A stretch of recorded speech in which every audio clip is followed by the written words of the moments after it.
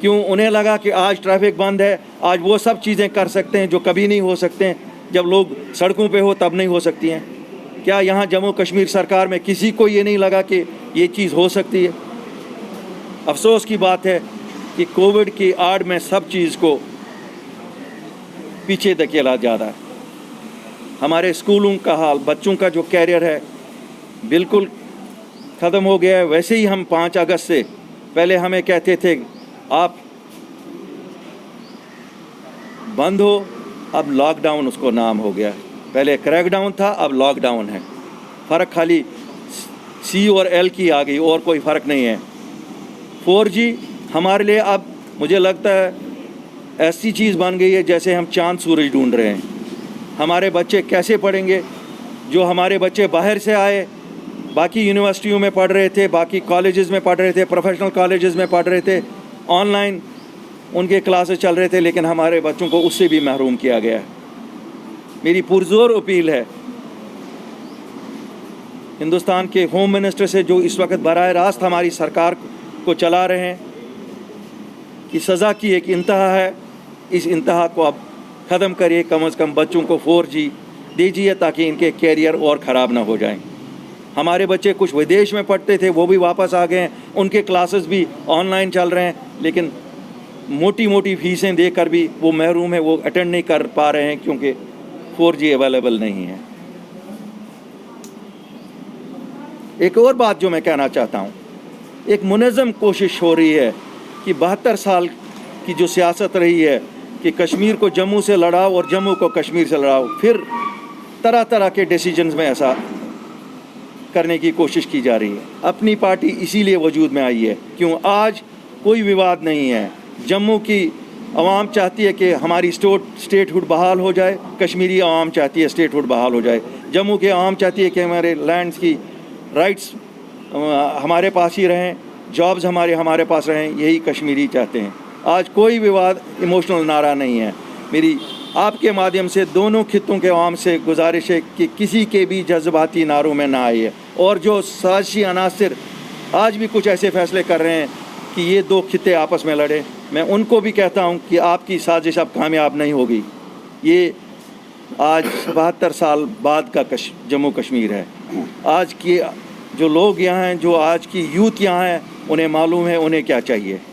ان کی ترجیح ایموشنل نعرے نہیں ہیں, ان کی ترجیح ڈیولپمنٹ ہے, ان کی ترجیح ہے ان کی ایجوکیشن, اور ان کی ترجیح اس ریاست کی ترقی.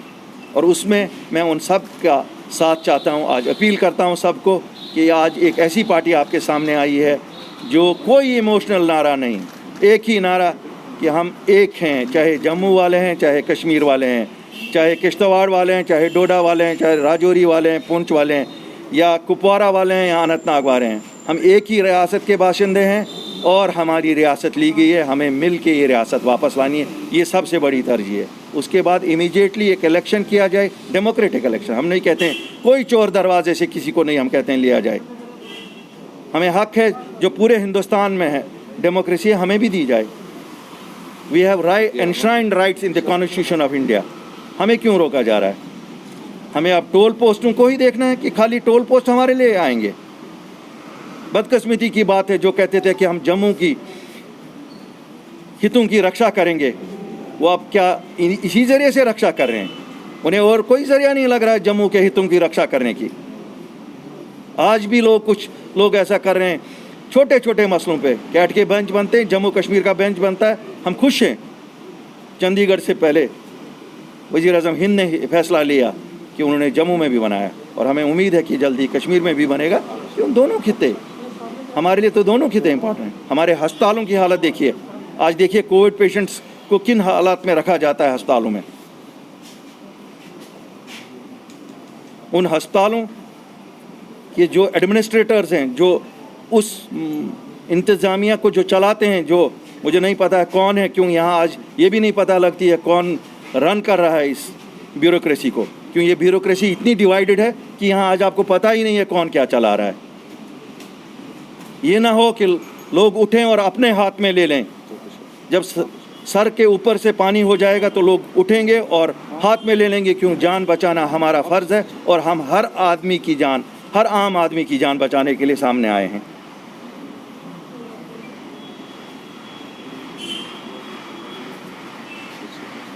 اب چوں کہا جا رہا ہے کہ بیماری آج بڑھ گئی، کل بڑھ گئی، پرسوں بڑھ گئی، ایک ہمیں کلیئر روڈ میپ بتایا جائے کہ آخر ہماری اکانومی کو واپس کیسے کھولیں.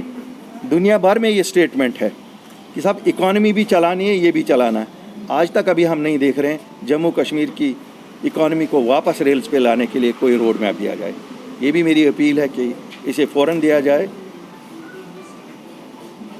Now your question. سر میں